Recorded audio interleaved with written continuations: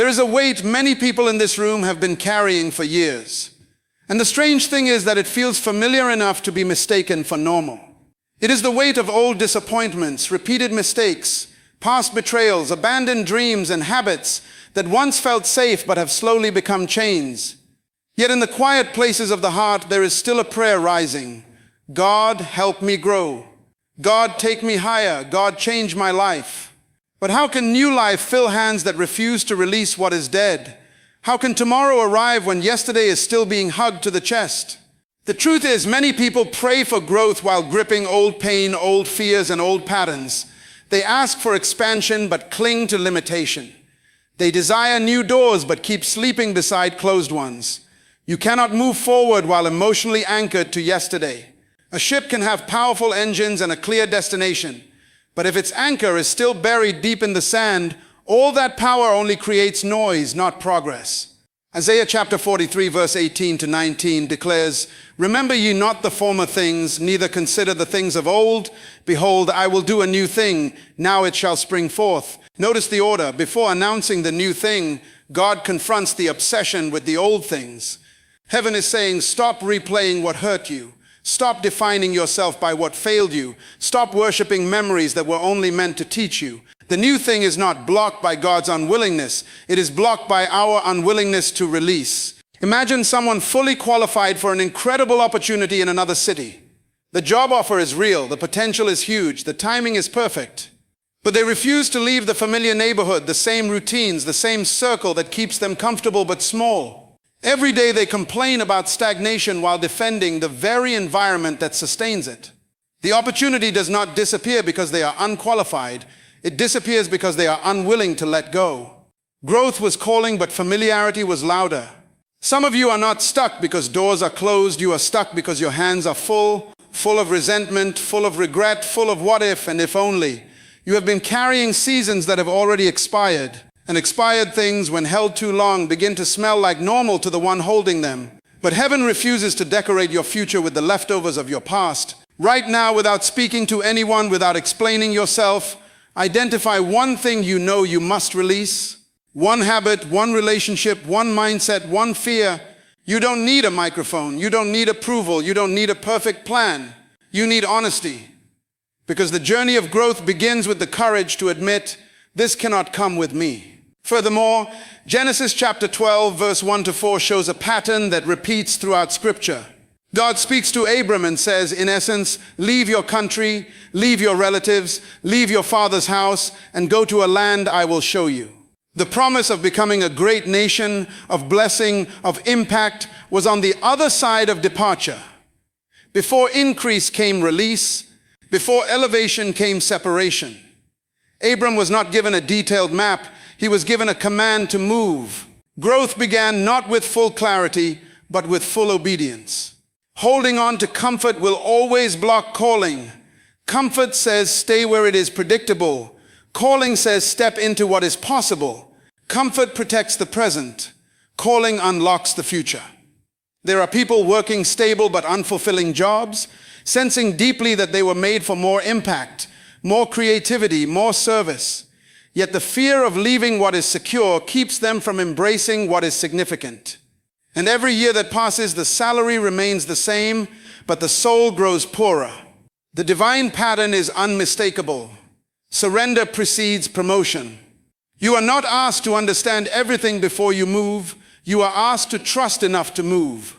Growth does not begin when every question is answered. Growth begins when the first obedient step is taken. When Abram moved, the path unfolded. When he released, he increased. So the invitation today is simple but costly. Let go of what is familiar but fruitless. Release what is safe but small. Drop what is heavy but unnecessary. Because the God who promised a new thing in Isaiah chapter 43 verse 18 to 19 is the same God who calls you out like Abram in Genesis chapter 12 verse 1 to 4. And on the other side of your release is an increase you cannot manufacture by staying where you are. Now the next challenge is not simply deciding to let go, but discerning exactly what must be released. Because not everything old is evil, and not everything familiar is harmful. Some things in your life were once necessary, once helpful, once even sent by God for a particular season. But seasons change, and what once carried you can later constrain you. Growth demands the wisdom to recognize when something has completed its assignment in your life. Hebrews chapter 12 verse 1 gives a powerful picture. Let us lay aside every weight and the sin which doth so easily beset us, and let us run with patience the race that is set before us. Notice it mentions two different burdens, sin and weight. Sin is obviously destructive, but weight can simply be unnecessary. One will destroy your race, the other will delay it. Both must be removed if you intend to run well. Many people are not being destroyed, they are being slowed down. Their lives are filled with activities that are not immoral but are misaligned. Conversations that are not sinful but are draining. Commitments that are not wrong but are distracting. You can be busy and still be blocked. You can be active and still be anchored. The enemy of your growth is not always something dark and dangerous. Sometimes it is something good that has overstayed its time. Think of a runner preparing for a race. Even a small backpack filled with harmless items becomes a serious problem once the race begins. A book is not evil. A bottle of water is not evil. A jacket is not evil. But if the runner refuses to drop the extra load, every step becomes heavier than necessary. In the same way, there are habits, routines, and relationships that are not wicked but are weighty. And weight, if carried too long, will quietly steal your speed. This is why discernment is critical. Ask not only, is this bad, but also, is this necessary for where I am going? Some relationships were designed for companionship, not destiny. Some routines were designed for recovery, not residence. Some mindsets were designed for survival, not significance. If you keep survival tools in a season that demands advancement, you will keep preparing for storms that have already passed instead of building for a future that has arrived. Consider the person who has outgrown a negative peer group. There is history there, shared laughter, shared struggles, shared memories. Leaving does not mean hatred, it means honesty. Staying in constant proximity to voices that mock discipline, belittle ambition, and resist change will quietly sabotage every attempt at growth. The tragedy is not that they lack potential, the tragedy is that they refuse to change their environment. Hebrews chapter 12 verse 1 does not say adjust the weight, decorate the weight, or negotiate with the weight. It says lay it aside, put it down, step away from it. Because your life is described as a race, and races are not won by sentimentality. They are won by focus, by endurance, and by the courage to travel lighter than before. There are three areas that usually carry hidden weight: habits, mindsets, and relationships. A habit that steals your mornings will steal your future. A mindset that constantly expects failure will create it. A relationship that feeds your excuses will bury your excellence. If you refuse to examine these areas, you will pray for speed while secretly protecting slowness. Discernment requires brutal honesty with yourself. Not every door that opened must remain open. Not every connection must remain constant. Not every pattern must remain permanent. Growth is not only about adding new things, it is also about subtracting the wrong things. When you clear space, you create capacity. When you drop weight, you gain momentum. The race set before you is specific. It is not your neighbor's race, not your friend's race, not your past self's race. It is your present calling. And whatever does not help you run that race must be courageously released, whether it looks harmless or not. Because in the economy of destiny, unnecessary weight is expensive. So pause and ask yourself with sincerity, what am I carrying that is not carrying me forward? What am I protecting that is preventing me from progressing? The moment you answer that question truthfully is the moment your stride begins to change. However, once you identify what must go, you quickly discover that letting go is rarely painless. There is a deep emotional resistance that rises up because release can feel like loss before it feels like liberation. This is where many people turn back. Not because they lack vision, but because they misunderstand the process. They interpret the cut as cruelty instead of preparation. John chapter 15 verse 2 says that every branch that bears fruit is pruned so that it may bear more fruit. Notice that pruning is not reserved for the unproductive branch, but for the fruitful one. In other words, growth attracts the knife.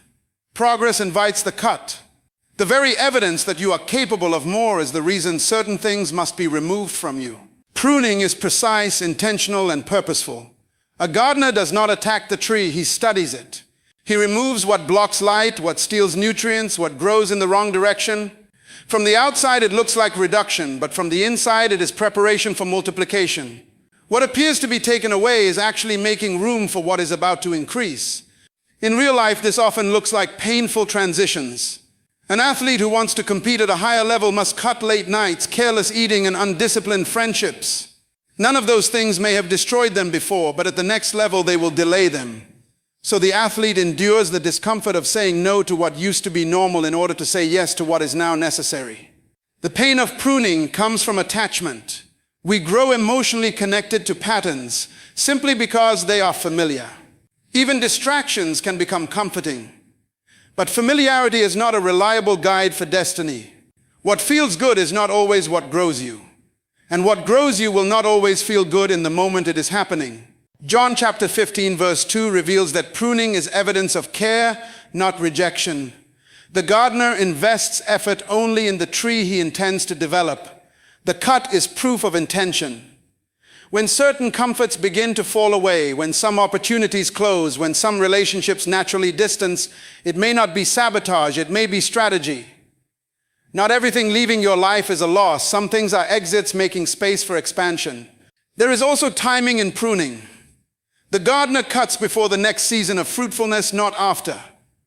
That means the discomfort you feel today is often connected to the harvest you cannot yet see. If you resist every cut, you will also resist every increase. If you demand constant comfort, you will limit your capacity for greatness. Think about the areas where pressure has increased recently. The tighter schedule, the higher expectations, the stronger inner conviction that certain behaviors can no longer remain. Instead of asking, why is this being taken from me? Consider asking, what is this making room for? That question turns pain into perspective and loss into leverage. Pruning also clarifies priorities. When excess is removed, essentials stand out. Energy once wasted becomes available. Focus once scattered becomes sharp. Time once consumed by trivial things becomes invested in transformational things. The cut simplifies your life so your calling can intensify. Growth requires trusting the hand that prunes.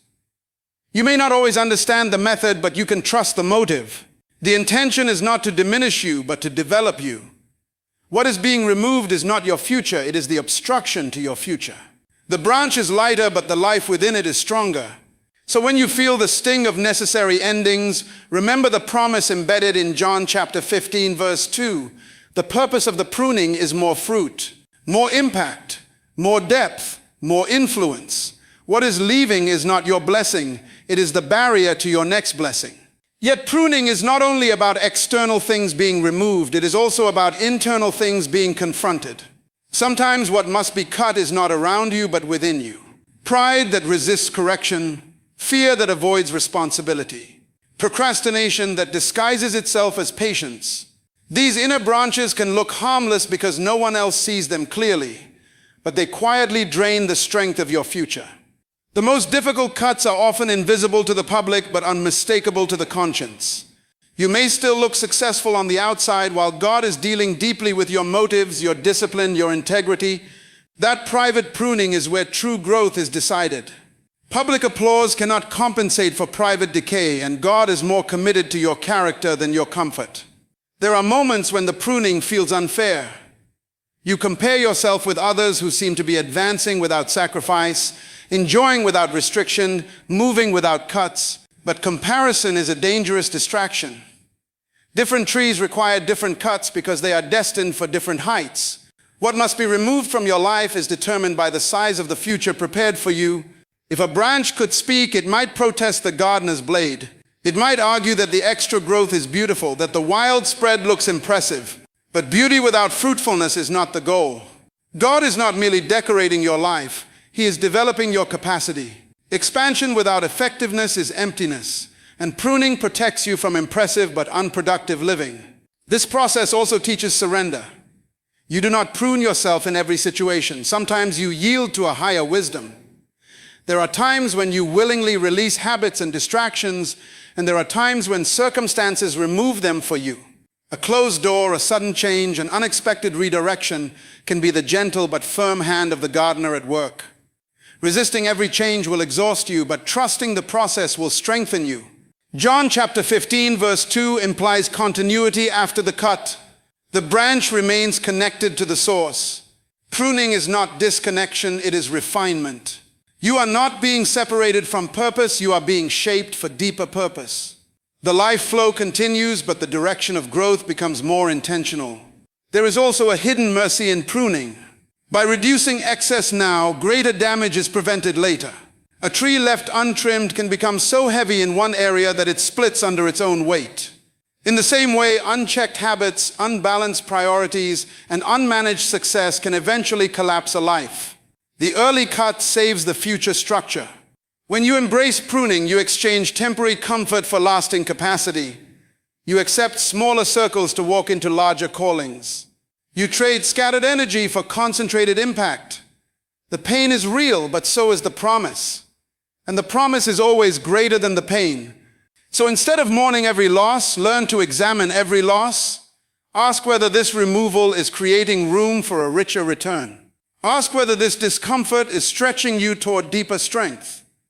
Because the hand that prunes is the hand that protects your potential. Stay connected, stay surrendered, and stay teachable. The branch that accepts the cut is the branch that carries the next season of fruit. Moreover, there is a dimension of release that goes beyond habits and environments and reaches into the deepest chambers of the heart. You can drop distractions, change routines, and even walk away from limiting places, yet still remain trapped by unresolved wounds. Emotional baggage is often heavier than physical circumstance. That is why forgiveness is not optional for growth, it is essential. Matthew chapter 18, verse 21 to 22 records a question about how many times forgiveness should be offered, and the response stretches far beyond human calculation. The message is clear: forgiveness is not a one-time event, but a lifestyle of release, because every grudge you preserve becomes a chain you wear.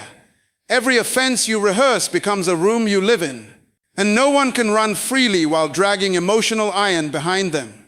Unforgiveness feels powerful at first. It feels like justice, like protection, like self-respect. But over time, it becomes a silent prison. The person who hurt you may continue their life untouched by your bitterness, while your own progress slowly suffocates under its weight. You think you are holding them accountable, but in reality, you are holding yourself back. Forgiveness is not pretending the pain never happened. It is refusing to let the pain decide what happens next. It is not excusing wrong, it is releasing your right to be ruled by that wrong. When you forgive, you do not rewrite the past, you reclaim the future. Consider someone who was deeply betrayed in business or in friendship. For years they refuse new partnerships, reject new relationships, and question every new opportunity. They call it caution, but it is captivity. One painful chapter has been allowed to edit the entire book. The wound that should have healed has instead become an identity. Matthew chapter 18 verse 21 to 22 pushes you beyond selective mercy into radical freedom. Because forgiveness is not primarily a gift to the offender, it is a gift to the forgiver. It clears the emotional space required for new trust, new courage, and new connection. Without it, every new beginning is poisoned by old suspicion. Forgiveness also restores vision. Bitterness narrows your world until everything is interpreted through hurt. Kind gestures look suspicious. Opportunities look dangerous. Advice sounds like attack. But when forgiveness flows, clarity returns. You begin to see people as individuals instead of reminders, and moments as possibilities instead of threats. This release may need to happen repeatedly. Old memories can revisit and emotions can reawaken. Each time you choose again not to rehearse the injury, but to reaffirm the release. Growth is guarded by this discipline of the heart. Just as pruning removes excess branches, forgiveness removes inner blockages that prevent new life from circulating. There is strength, not weakness, in letting go of the right to retaliate. The energy once spent feeding anger becomes available for building purpose. The mental space once occupied by replaying pain becomes open for creative thinking. The heart once closed for self-protection becomes capable of courageous love. When you forgive, you step out of yesterday's shadow into today's sunlight. You break the emotional agreement with the past and sign a new covenant with possibility.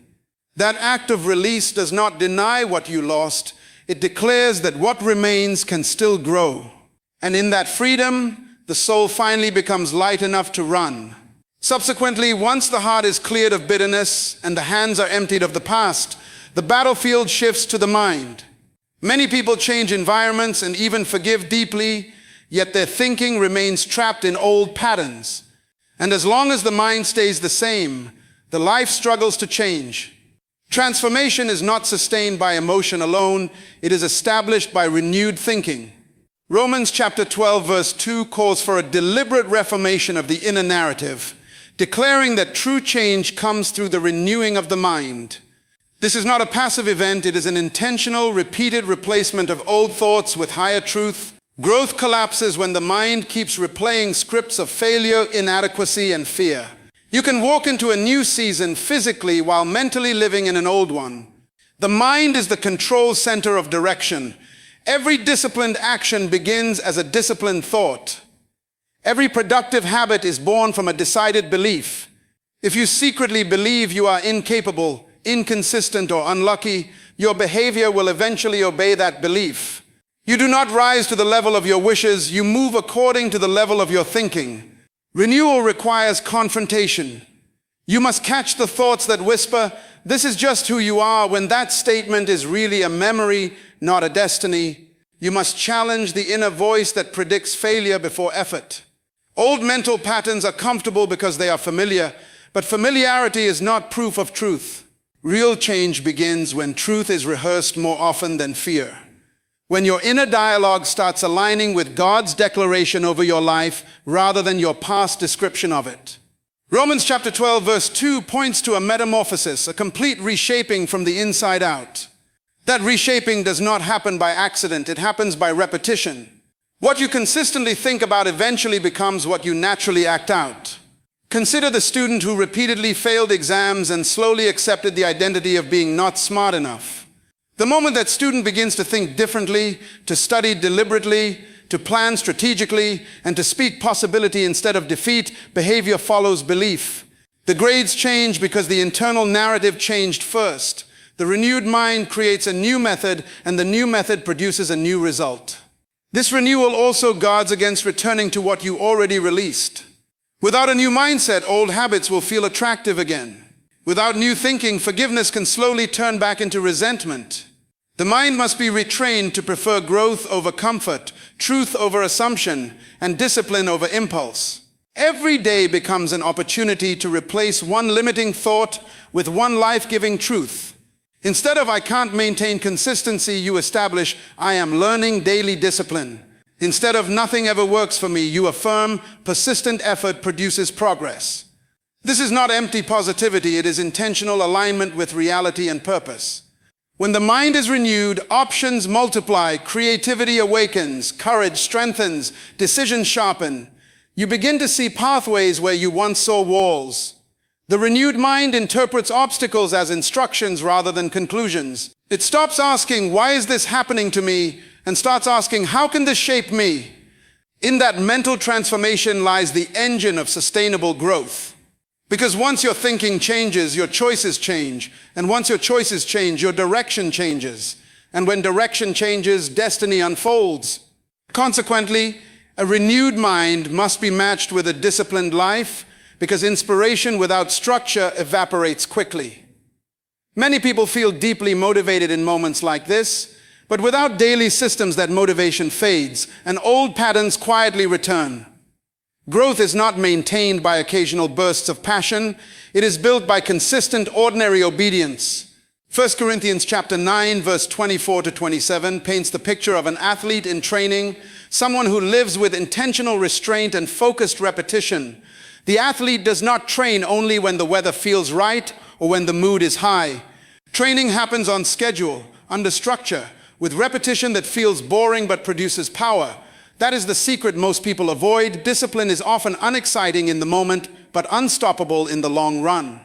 A disciplined life converts vision into movement.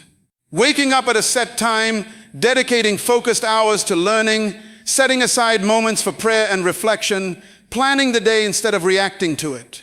These actions look small when viewed individually, but together they form the engine that carries purpose forward. Waiting to feel ready is the fastest way to remain stuck. The athlete in 1 Corinthians chapter 9, verse 24 to 27 restrains impulses in order to gain strength.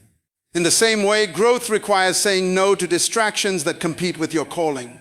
Late night scrolling steals early morning clarity. Endless entertainment drains creative energy. Undisciplined speech damages relationships that discipline could have built. Every unguarded moment quietly trains you in the wrong direction.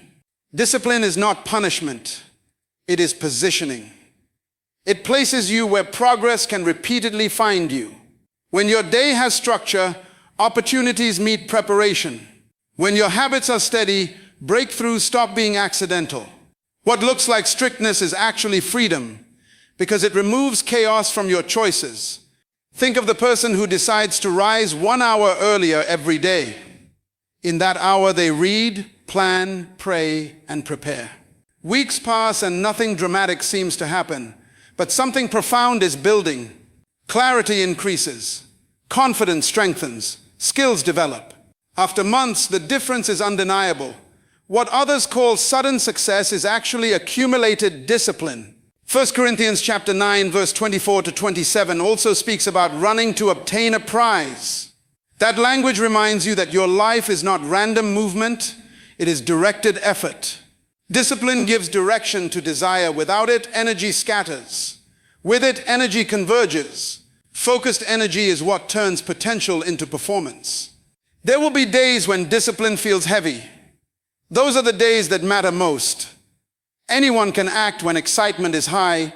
Growth belongs to those who act when excitement is low, but commitment is strong. Each repeated act of discipline strengthens the next one until what once felt forced becomes natural.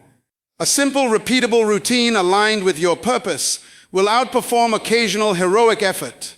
Small, faithful steps taken daily outrun giant leaps taken rarely. Discipline turns time into an ally instead of an enemy.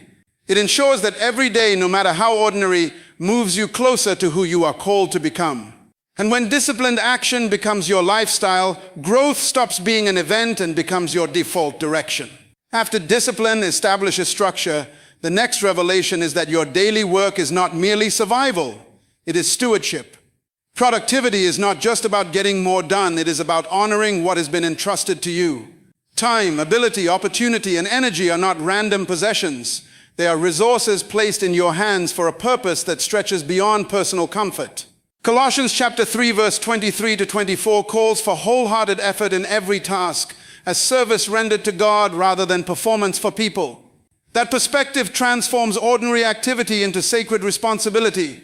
Washing dishes, writing reports, studying lessons, building a business, serving customers, raising children, learning skills, all become acts of faithfulness when done with excellence and intention. Laziness is not always visible idleness. Sometimes it hides inside delay, distraction, and half-hearted effort. A task postponed repeatedly slowly erodes confidence. An assignment done carelessly quietly trains mediocrity. Productivity, on the other hand, trains trustworthiness. Each completed responsibility strengthens your capacity to carry greater ones. When you view work as stewardship, excuses lose their comfort. You no longer ask only what you feel like doing, you ask what you have been trusted to do. That shift moves you from mood-driven living to mission-driven living. Energy is directed instead of scattered. Time is invested instead of spent. Consider someone with hours of free time each evening. One path fills those hours entirely with passive entertainment. The other path divides the time between rest and development, learning a skill, building a project, strengthening relationships. Months later, the difference is dramatic. The same hours produce completely different futures. Productivity multiplies what is placed inside time. Colossians chapter 3, verse 23 to 24 also removes the trap of people-pleasing. When your work is offered to God, consistency replaces comparison. You pursue excellence even when no one applauds. Hidden faithfulness becomes the foundation of visible influence. Recognition may arrive later, but responsibility is honored now. Productivity is also protection against drift. An idle schedule invites temptation, confusion, and waste. A purposeful schedule channels focus and guards intention. Structure gives your day a backbone so your purpose has something to stand on. This does not eliminate rest, it sanctifies it. Rest becomes renewal instead of escape. Breaks become preparation instead of avoidance. Balanced productivity respects the need to recover while refusing the habit of delay. In that rhythm, effort and restoration cooperate rather than compete. When every task is treated as meaningful, momentum compounds. Small completions build large confidence. Order replaces overwhelm. Progress replaces pressure. You begin to see that faithful daily work is not separate from your calling. It is the workshop where your calling is shaped. And as productivity becomes stewardship, your life stops drifting and starts directing, moving steadily toward the purpose you were designed to fulfill. Once productivity is anchored in stewardship, the next step is learning to move forward even when certainty is absent. Growth does not wait for perfect timing, complete clarity, or fully aligned circumstances. Often God calls us to act before all the answers are visible. Faith-filled action in uncertain seasons separates those who stagnate from those who soar. Proverbs chapter 3 verse 5 to 6 reminds us, "Trust in the Lord with all thine heart, and lean not unto thine own understanding. In all thy ways acknowledge him, and he shall direct thy paths." Notice the order: trust first, understanding second. God's guidance often unfolds only after the first step is taken. If you wait for complete clarity before moving, you will never experience the adventure of obedience. There are countless stories of people who started small, unsure, and under-resourced, yet the steps they took revealed new doors. An entrepreneur begins with minimal capital but maximal faith. A student starts studying in a field unfamiliar, unsure of the outcome, but persistent effort creates mastery. A person reaches out to forgive or reconcile without knowing if the relationship can be restored, and healing begins. Each action becomes a pathway to clarity. Faith-filled action requires courage to risk and discipline to persist. It is not reckless impulsivity, but intentional steps that demonstrate trust in God's unfolding plan. Even when the path is foggy, movement itself triggers revelation. Hesitation often masquerades as caution, but in reality, it is stagnation disguised as prudence. Think of a boat on a lake. If it refuses to leave the shore until the wind is perfect, it may never move. If it steps forward despite uncertainty, the wind meets it, the current aids it, and a journey that once seemed impossible becomes real. So it is with your life. Your willingness to act primes the environment to support your purpose. Faith-filled action also protects against regret.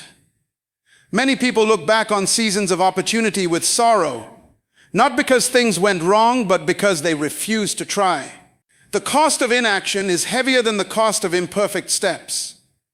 Every movement aligned with God's purpose, even if faltering, cultivates experience, wisdom, and momentum. Proverbs 3 verse 5 to 6 reassures that direction comes after trust and action. The clarity you are waiting for is not a prerequisite, it is a reward of obedience. The road is revealed as your feet step onto it. Hesitation may feel safe, but stepping in faith is how new seasons are unlocked. So today the challenge is simple but radical. Take one faith-filled step even if you do not see the full staircase. Move toward your calling, toward your purpose, toward the growth God is calling you into. The unseen path becomes visible only when you trust and act. Even with faith-filled action, the journey of growth is never without setbacks. Obstacles will arise, mistakes will happen, and disappointments will sting. Yet it is not the presence of setbacks that defines you, it is your response to them. Growth is cultivated in resilience, in the ability to endure difficulty without losing direction or faith. James chapter 1 verse 2 to 4 reminds us, "My brethren, count it all joy when ye fall into divers temptations, knowing this, that the trying of your faith worketh patience. But let patience have her perfect work, that ye may be perfect and entire, wanting nothing." Notice how Scripture reframes the narrative. Trials are not interruptions, they are instruments. The struggles are shaping patience, maturity, and steadfastness. Real life is full of these tests. The job promotion you prepared for may go to someone else. The relationship you invested in may disappoint. The project you poured your energy into may fail. And yet each setback carries hidden instruction. Each failure carries hidden preparation. And each rejection carries hidden redirection. What seems like defeat today may be the necessary refining for your breakthrough tomorrow. Resilience is a choice. It is choosing to rise each time the world tries to push you down. It is refusing to let temporary outcomes dictate permanent decisions. It is understanding that progress is rarely linear and that the curves, detours, and bumps on the road are part of the path, not proof that the path is wrong. Consider a person repeatedly rejected in their career. They could surrender, let frustration harden their heart, or even settle for mediocrity. But the resilient individual treats each rejection as feedback, an opportunity to sharpen skills, strengthen discipline, and recalibrate strategy. They keep moving, and eventually the persistence pays off, often in ways they could not have imagined. Setbacks also reveal hidden strengths. When the pressure is on, patience, creativity, courage, and faith rise from within. You discover capacities you never knew existed because you were pushed to the edge of the familiar. James chapter 1 verse 2-4 assures that the very trials designed to challenge you are simultaneously the instruments of perfection, producing completeness and depth in character. Moreover, resilience builds confidence. Each time you recover from a setback, you prove to yourself that your future is not dependent on external conditions. You learn that you can endure, adapt, and overcome. The world may throw challenges, but you develop an internal certainty. God's purpose for you cannot be thwarted by temporary obstacles. Setbacks are temporary. Growth is eternal. The secret is not to avoid the storm, but to learn how to dance in the rain, to navigate the currents, and to see every trial as a tutor. The resilient grow not in spite of difficulty, but because of it. Now your challenge is to redefine every obstacle in your life as a stepping stone. Ask yourself, what is this teaching me? What capacity is this revealing in me? How can this refine me for the next level? Because the person who endures becomes the person who ascends. Now everything we've discussed, the release of the past, the pruning of distractions, the forgiveness of old wounds, the renewal of the mind, disciplined action, faithful productivity, courageous movement, resilience through setbacks, and alignment with God's purpose culminates in a single decisive moment, the moment of commitment.